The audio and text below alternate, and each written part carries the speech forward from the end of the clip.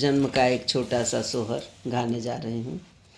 राम जी सुतेले से झरियात सीता गावेली हो, स्वामी भैया के भैले हो, रीलवा नैहर हम जाई भी हो।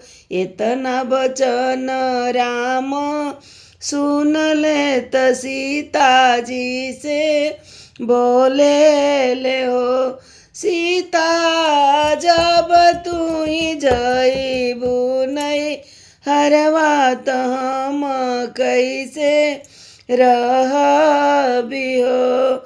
रही के हम दुई चार लवटी चली आई भी हो, सीता रखी दे तू सिरवा पे हाथ कसम भलू खई तू न हो।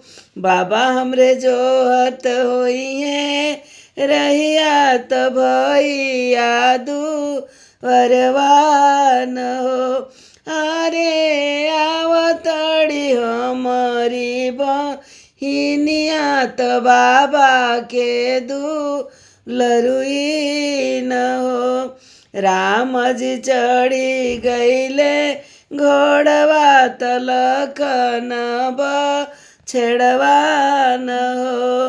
अरे सीता सुंदर चलली लकिया जनकपुर चले ले हो।